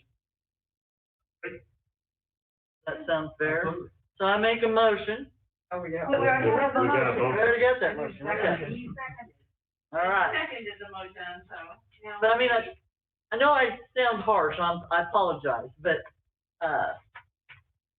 Totally understand. They do let you, it's a lot of money. right, it is. We totally understand. And like I said, I would just feel more comfortable if it was inspected and we had the specs of just what needs to be done and what doesn't. Do you understand those specifications when they? I will when they come in, You might, but will anybody else? I'll explain them.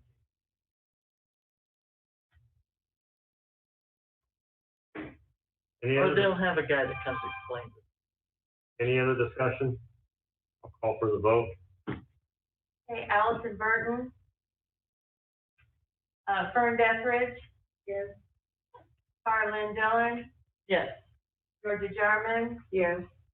Ron McMullen. Yes, I'm sorry, did you say yes? I'm sorry. I'm sorry. What everybody else been saying? Do you? Did they all say yes? Yes. Okay. I just got a phone call, I'm sorry. Judy Tyler. Yes. Judy Walter. No. Scotty Walker. Yes, The ayes have it. 7 yeas and 1 nay.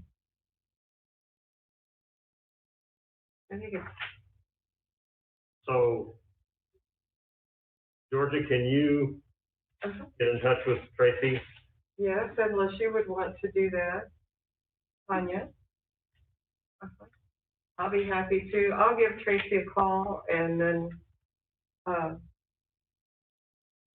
tell her that you'll be calling. I appreciate that, Tanya. Thank you. Okay, so Where are does we? anybody have any more questions for the attorney? If not, I was gonna say, unless you just wanna hang around, I was gonna say you could, That's my cue to go off the clock, right? yeah. Unless you just wanna hang around, I'm not telling you, don't let the door hit I've you got a on the way wife out, waiting for me at home, so I'll excuse myself, Okay. but if you all need anything else, please let me know. but, all right, thank you for coming. Thank you. Okay, so we're back. I've got to let him out. Oh, You know what, wait, let me do it since you're doing it. Oh, okay. You want to whisper in his ear? Okay, now we need to go back to the consent agenda, no, we have to do the, parking lot. Parking lot. Okay, my notes here are really topsy-turvy. I don't know what I'm gonna be able to do. Decipher. Okay.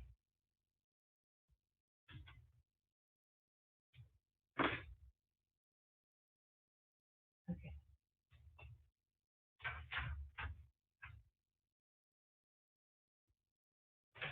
Do you want me involved with that? Okay. Do we want Billy to go ahead and start the presentation on the non-Mouser parking lot? yes. Okay. Billy, are you still there? Yes, I am. Okay. I think we are ready for your non-Mouser presentation. Sounds good. So I went out and took some pictures of the Knob Noster parking lot. So we're just gonna kind of go through it pretty quick. I think we're just bidding out for a resurfacing, is that correct? It's great to replace, correct? Okay. So this is the south side of the building where the employees park, and then there's also a handicap spot right there. And you can see that it's cracked and pitted. You know, there was a reason they parked there. Why I'm that? sorry, say again? They don't want somebody in on top of their books, Okay, but they're that level. And the handicap parking spot should be moved. I'm speaking of that. And we can, when it gets resurfaced, it'll be painted as well. And so we can put the handicap slots wherever they need to be to meet city code and to be for ease of access for those who need that. So this is just what's there right now. This is on the south side of the lot at the entrance. This is one of the curbs that's damaged. And you can see some rebar that's kind of poking through right there. This is the entry ramp for the south side of the lot. It's just cracked, pitted, and uneven. And if you have a really low slung car, if you don't hit that at just the right angle, you can wind up scraping your bumper. So that's in there as well. Yeah. So this is again the south side of the lot.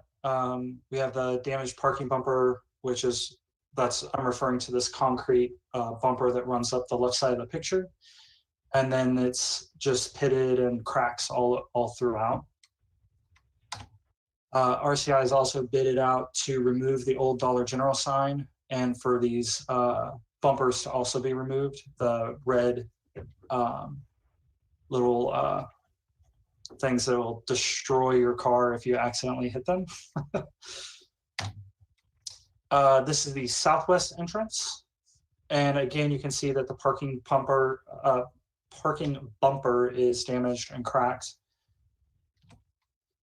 This is the south and southwest areas of the parking lot where we have massive cracks going throughout.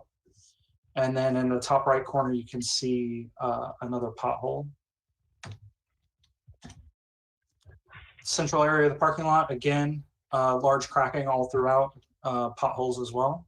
So just a lot of dips and throughout that could make it hazardous to walk through, turn your ankle. This is the northwest entrance to the lot.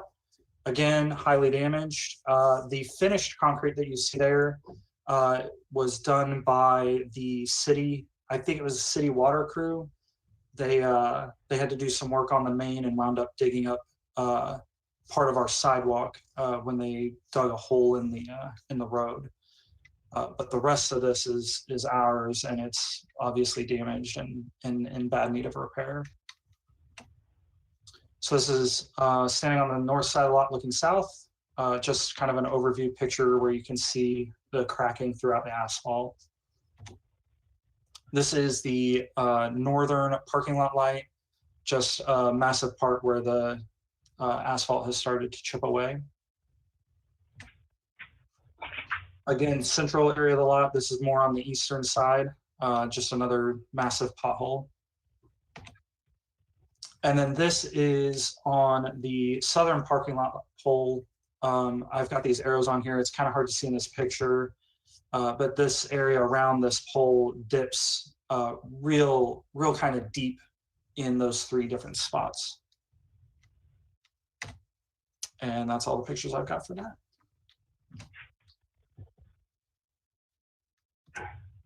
Billy, do you know if the bid includes striping the parking lot?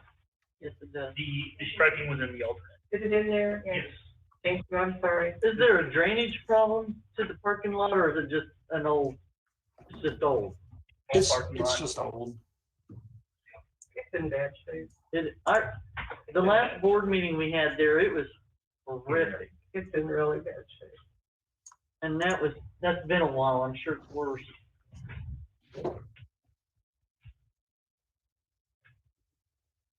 You don't have prevailing wage on this, is that because it's under 75,000? Correct.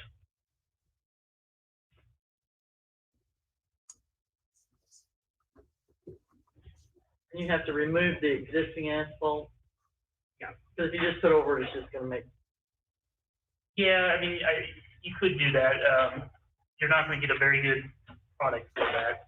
When you take the old asphalt off, do you grade the Yes, underneath? correct. Yeah, and we'll fill in any aggregate that we need. Do you do that with dirt or gravel or? Gravel. And it's 4 inches. Asphalt, correct, yes. Well, it says here, We just didn't take. including the builder's risk insurance. I'm sorry? It excludes the builder's risk insurance. Isn't that kind of a normal thing? I mean, even if I hire somebody in my house, I make sure they have insurance. It's, so we have general liability and we have OCP included here, and I don't usually do the insurance, I'm not as involved as much as that. Builder's risk is generally on very large projects where they, I think it's basically if something were to happen, then any lost revenue from that, like on an industrial project that they pay out for. If one, I can go back and get the exact answer on that and do it all to you. I can send that to Anita if you want. But it's not typical for us to include builder's risk on jobs, probably less than $1 million. Maybe I'm just not sure of which insurance covers what. Well, it can get complicated. We do have general liability, we have umbrella, and we also include OCP. So, and I can get you the exact breakdown of what those cover if you want. What amount of liability do you cover? Do you know? It's not. I want to say we're up to 7 million. I was gonna say, I figured it's high. Yeah, I'm again, not familiar at all with builder's risk insurance. I have no idea what that is. we don't include it very much except for very large jobs. It's a standard exclusion. Or, we can go back and include that if you want. I don't even know what it is. No, I should feel up higher. I'm sorry? I said it would probably drive the price up higher. Yeah.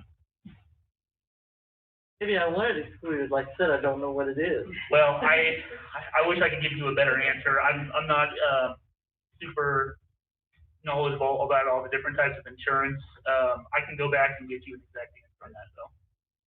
Generally, builder's risk is, it's coverage for if you're building a new building or something along those lines while the building's being built, if you have a loss or a damage on it. It's basically an insurance policy to replace, Is it like when you're building your house and if there's a tornado that comes through and takes it out, it's insurance to cover it? generally, yes. So it would probably be like, while you're tearing this out and we have a monsoon come through and washes everything out, we don't have insurance for that. It'd be an act of God. Yeah, But usually, most of the time, most builders risk policies, depending on the limit of them, you know, generally you're talking a $20,000 to $50,000 deductible. Yeah. So if it's I don't know what the parking lot costs, but usually, you know, if you're building a $10 million building or a $1 million building, then Tools and things get stolen, No, that'd be under liability. I think it's an act of God if it. that sounds If correct. something happens that, Yeah, right. like if a tornado comes through and rips up all the asphalt before you get it all laid, then we're not covered. So don't work during a storm. This is really needed, I think. And, we've been trying to do some work on our church parking lot. And, I think what I'm seeing here is I know the last board meeting we had there, I was afraid to walk across the parking It was lot. in Yeah, very good it's in shape. bad shape. A little bit of a liability. I would move that we award this, that we accept this bid.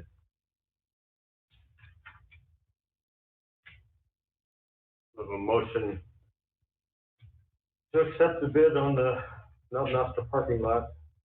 Second? I'll second it. Any more discussion? We already made the motion. Any more discussion? No. Okay. discussion this morning. Do you have any discussion, anybody? I'll call for the vote. Okay, Allison Burton. Fern Deatherage. Yes. Arlen Dillon. Yes. Georgia Jarman. Yes.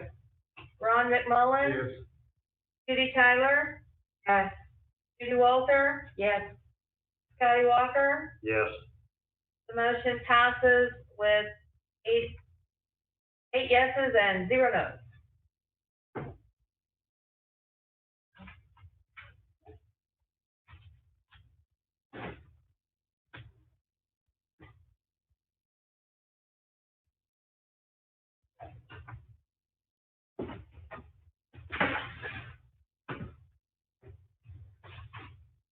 Thank you, gentlemen. Thank you, Thank guys. you. Thank I appreciate you. How long have you guys occupied Mount Nostra? When did you guys take over that building at Mount Nostra? The building or the library? We were in a different building before. The building. The building, we moved in 11. I think so. Just curious. Who put the roof on it? That's why I asked. Yeah, it had problems. Yeah. That's why I asked. Out of curiosity. Thank you so much, guys. So, yeah, Thank we're- you. Thank you, guys. Thank you, Doug, thank you, Bill.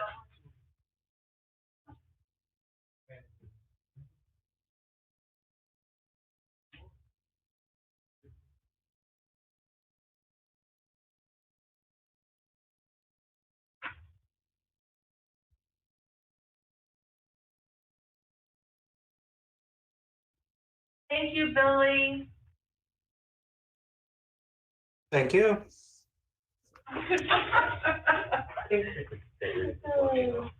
I'm gonna get right. She's still there. Billy, are you still there? Yes, I am. Thank you for all of your hard work.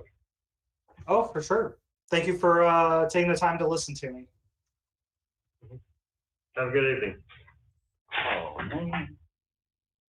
Okay, so let's jump back up to the consent agenda.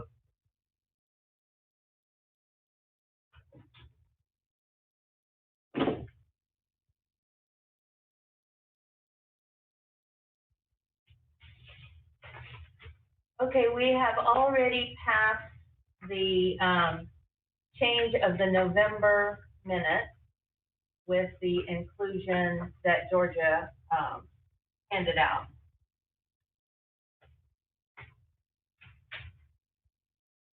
And you said that you were going to send those out to us again, right? In the Yes. next package or whatever, I'm sorry? in the next package or whenever. Yeah, I'm not gonna be able to work on the minutes until next week, because I'm the courier tomorrow. Because our current courier is being quarantined, and so, I'm doing the run tomorrow, and then Friday I have meetings. That's what's in the next package. That's a month away, Anita. I will get to you as soon as I can. Don't be in a rush. Okay. I don't have any minutes at all. Oh, okay.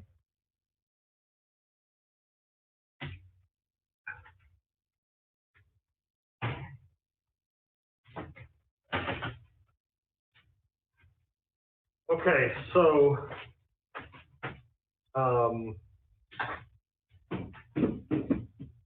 any more discussion on any of the consent agenda items?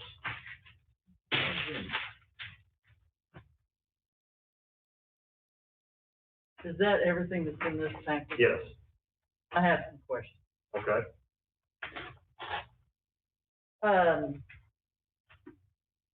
On page 7 of the transaction detail by account,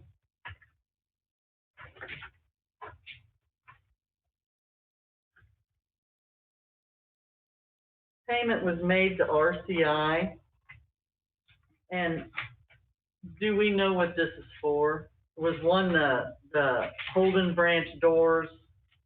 RCI was working both on the Holden Branch doors and the Lexington restroom remodel. Okay, and so Both that's of in those are budget. happening at the same time. Both of those are in budget, correct? Yes. Or, Yes. do we know what the 1,295 was? 1,295. That was the final payment. We paid the Lexington remodel in 3 installments. That 1,200 was the last installment for the Lexington restroom remodel. Okay, then what was the 16,000? 16,000, I believe, was the second installment of the Lexington remodel. Oh, well, because that was bid at 16,000. I think because we budgeted 20,000 in case there was anything that would like run over budget. So we came under budget because we, put a little extra money in it for. Well, that was the whole budget right there, was the 16,000. No, we budgeted 20,000. The bid. I'm The sorry. bid, yeah. The bid was 16,000. We went just a little, I think we went just a little over the bid, but we stayed within budget. Okay, that's what I wanted. Am I correct in thinking that the number of the checks, the 007, those two were in the same check, the 1,295 and the 10,896? They should have been in separate checks, I believe. I was just looking at the number up here, Yeah, it is. but maybe that refers to something else, not the check number. Check number 119007, 119012, and then again 119007. But are those, am I correct Is that in check assuming they're numbers? check numbers, not some other?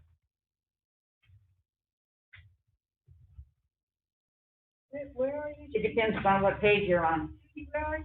On page 7. Of the transaction detail.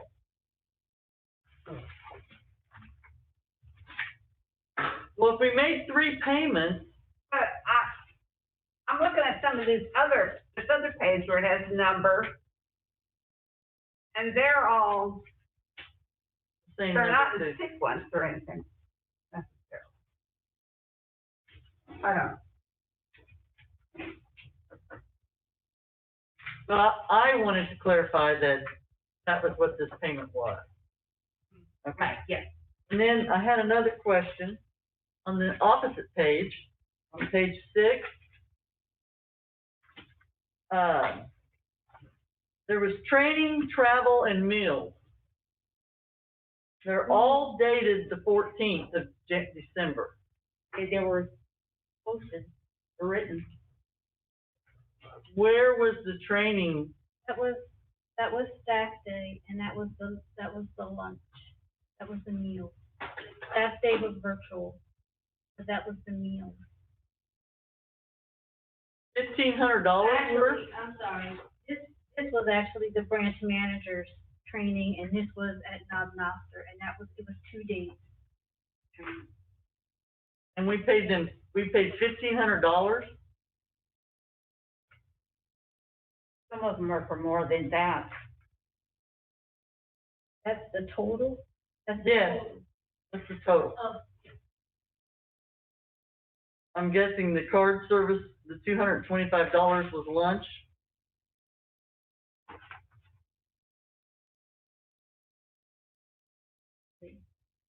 Have to look at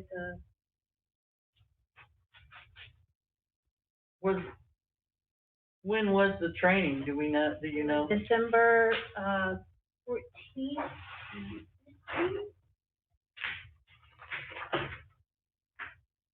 And everybody went there?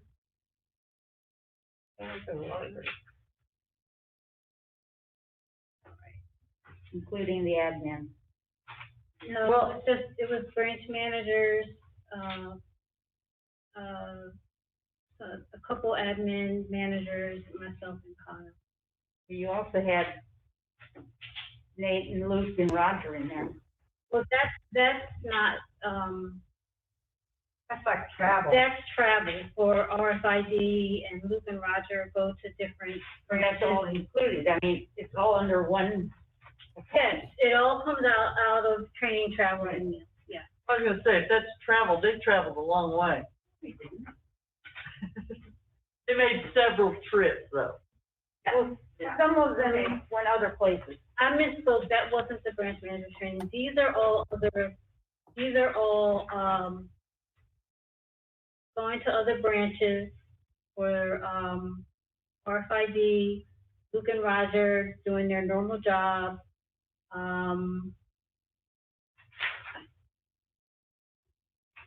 Okay. Just like coverage, someone did coverage, they got paid to go to another branch, mileage. Vanessa and Sarah went out to, discuss hot spots with our community partners, so that's what that is. So it wasn't so much training as travel. That was travel.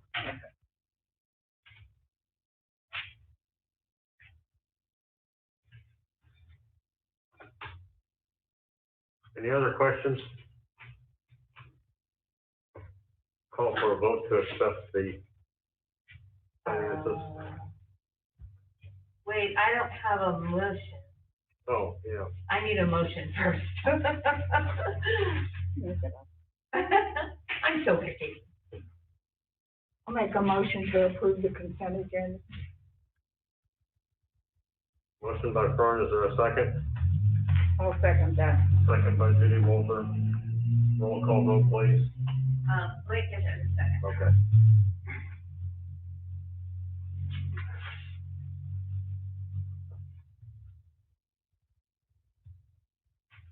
Okay, Allison? Yes. Fern? Yes.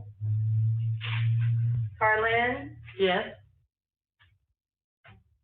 Georgia? Yes? Ron? Yes. Judy Tyler? Yes. Judy Walter? Yes. And Scotty Walker? Yes. Passed. 8 yeas, 0 nays. All right. Next up, we need to discuss the open Johnson County board seat.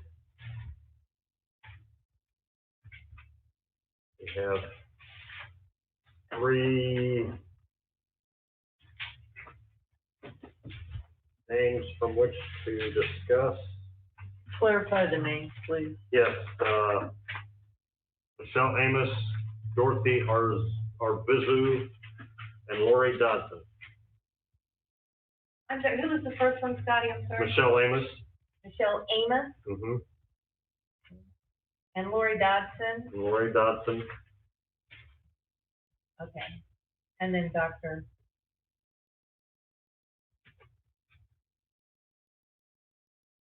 Well, We're filling the seat of Jeannie, right? Mm-hmm. yeah, yes. And she was from Leeton, Yeah. and this Lori Dawson is from Leeton. So it would make sense to replace a Leeton person with a Leeton person.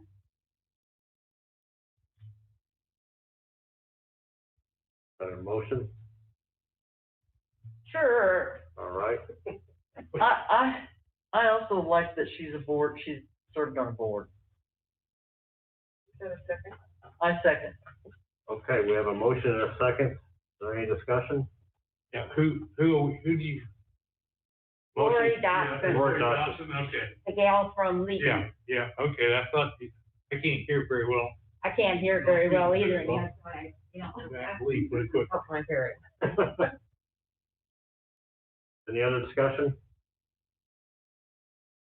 I'll call for a vote. Okay. Allison Burton. Fern Deathridge. Yes. Erlyn Dillon. Yes. Georgia Jarman. Yes. Ron McMullen. Yes. Judy Tyler. Yes. Judy Walter. Yes. And Scotty Walker. Yes. Huh? 8 yeas, 0 nays. Thank you very much. Ron, before you leave, I need to have you sign something. Right, yeah, I think I can wait, I don't know, I'm just not feeling the greatest, but I'm gonna try to Okay. stay. Next up is location for the March and April board meetings. Proposal for the board. Yeah. Oh, proposal for new board member orientation. I want to give Tanya kudos for doing this. As a new board member, when I came on, I would love to have had these things. I would love to have had some orientation to the staff and the library, system. And I think that this is a very good thing. I would, ask that we have an amendment to it that the orientation be conducted by our administrative, person, but also with a board member, with the president or his proxy. We are welcoming a new person, and I think that a board presence is really important in that. So I would move that we accept this with the addition of adding the board president or his proxy to the, proposal. I'll second that. We have a motion and a second to accept this proposal as amended by Georgia Jarman. Is there any other discussion? I'll call for a vote. I'm catching it. Okay. I need faster fingers.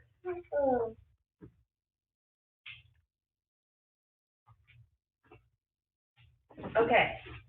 Allison Burton. Fern Deathridge. Yeah. Erlyn Dillon. Could you clarify for me again what we're voting on? Accepting this and adding the board. That the board president or his proxy to be included in the new member orientation.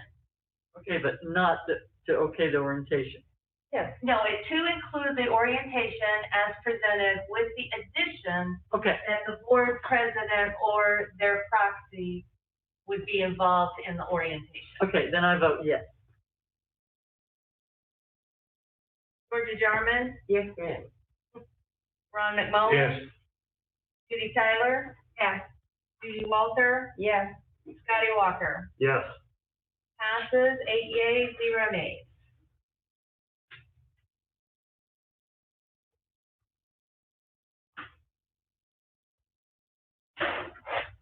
Okay. Location for our March and April meetings.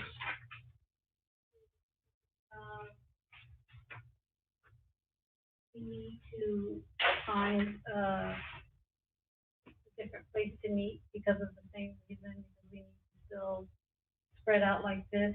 So the two places that are, Speak up just a little more, the please. two places that are capable of doing this is this building and the Knob-Noster branch. We're hoping that by, May, we'll be okay. I have, reached out to the public health, office to have this location designated as a vaccine administrative site. So they would be administering vaccines, and in turn, we would be able to get the staff vaccinated. So we're being considered, but it's not a thing yet. Also, something that all of the library directors in Missouri are doing is writing letters and contacting the head of the health department of the state and asking that library workers be included in the next tier for vaccinations, which is the 1B tier. Right now we are not, but we'd like to be included.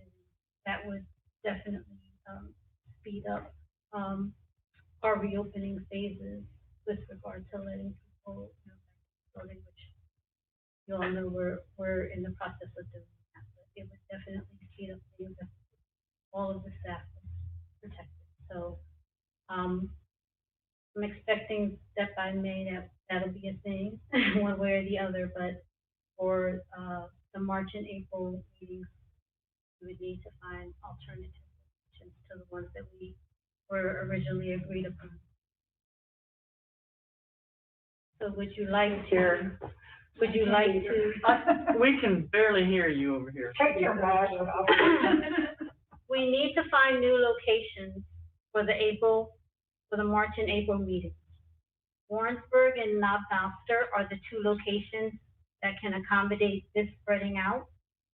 So, wait a minute. Did you hear what I said about us possibly being a vaccination place? Did you hear me? I didn't.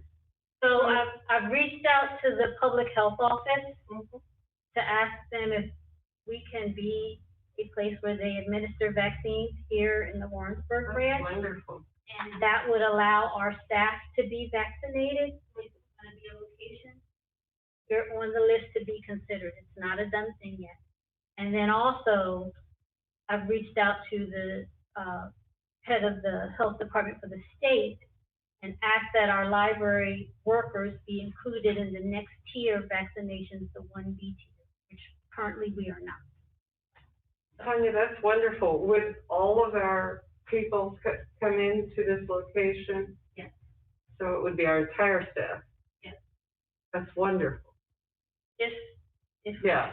So, and then that would help us with the quarantine issue, because we have had multiple staff, multiple times quarantining because of our pandemic policy. If they have vaccines available, then we wouldn't have to follow that policy because they would be able to be protected. So that way, if they got sick and they declined to have the vaccine, they would have to use their own. They would have to use their own. Because we made the Well, vaccine. but let's be clear, We made the vaccine. they probably were exposed to COVID in their outside life, not from working in the library per se. In any case, that's what we're trying to do. If they get the vaccination, they're covered wherever they are. It's a good start, isn't it? So location for the, March and April board meetings, would you like to split it up, or would you like to just be at Warrensburg? Area here would be used again for that, wouldn't it? I beg your I pardon? said, this area is the one you're talking about to use for the vaccination. We'd actually front. clear out, the meeting room and put the things that are in the meeting room. Oh. In the, Okay. the other story time room, to accommodate. I just move we go ahead and have a meeting here at Warrensburg. Is there a huge? It makes no difference to me. Is there a huge? of everybody. Both months, Ron? Huh? Both months? Yes, we'd be, Okay. I'll second. Motion and a second for March and April in Warrensburg. Roll call. In May. Pardon me? And follow back in May. Oh, okay. Okay. Let's see, Ron made a motion to hold the March and April board meetings, in the Warrensburg branch. Georgia Jarman seconded. And we're ready for the roll call, yes? Yes. Okay. Allison Burton? Yes. Vern Deatherage? Yes. Carlin Dillon? Yes. Georgia Jarman? Yes. Ron McMullen? yes. Judy Tyler? Yes. Judy Walter? Yes. Scotty Walker? Yes. Passed, 8 yeses, 0 nays. All right. Is there any discussion or announcements? I have a question again. Yes. And I think we kind of covered this at our November meeting, but if we go back to full operation of the library, will all of the library go back to this schedule, or will it depend on door count? And how would we know door count if they haven't been open all this time? So we are gonna start allowing people, back in the branch, hopefully in the next month or Computers. so. So, what, not just computers, but Oh, okay. we're gonna go through the reopening phase again. So we will have door count numbers to go by once we're out of this period. But door count, it'll be, door count, circulation, and telephone contacts. Those are the 3 data points that we'll be using to determine how busy a branch is. And then we'll make a suggestion and we'll bring that to the board for the permanent out. Okay. I can't quite understand why the libraries are still closed when other businesses are open. People go to grocery stores, they go to restaurants, they go to banks, why is the library any more exclusive? We've had COVID cases and doors haven't even been open.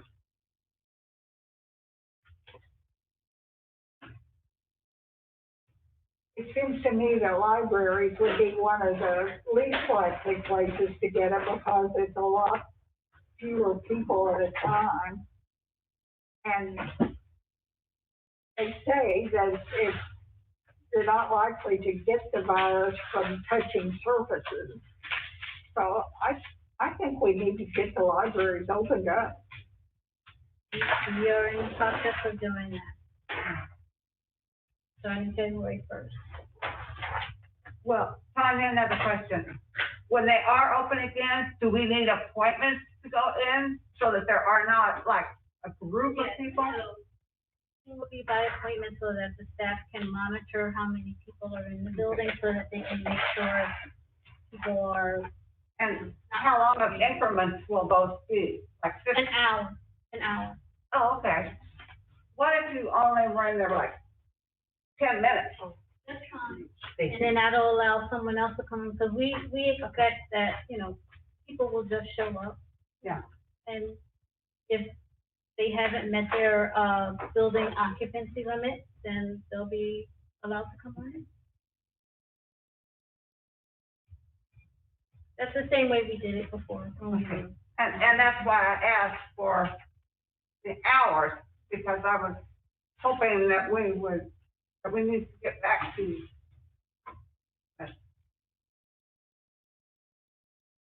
Any other announcements or discussion? In that case, I will adjourn the meeting. Tanya, can I talk to you after the meeting, please? Real quick. This is, I thought I had given you these, in June, but I didn't. With all the other, policy updates, but this is for your, these are whole punch for your findings. Did we approve these? Yes. It was actually before you. So evidently door count is gonna determine how long your library's open, how many days it's open, how many people who work there. Yeah, you could just leave them. Well, that and circulation and, I guess, phone, just to read them. Communication. Yeah. Good night, everyone. Did we adjourn? Yeah. All right. Good to see you, everybody. Yes, see you, Ron. Take care, Ron. I can get it. Door counters are gonna determine how long your library's open, how many days it's what your circulation is, and Will you call me? you agree with that?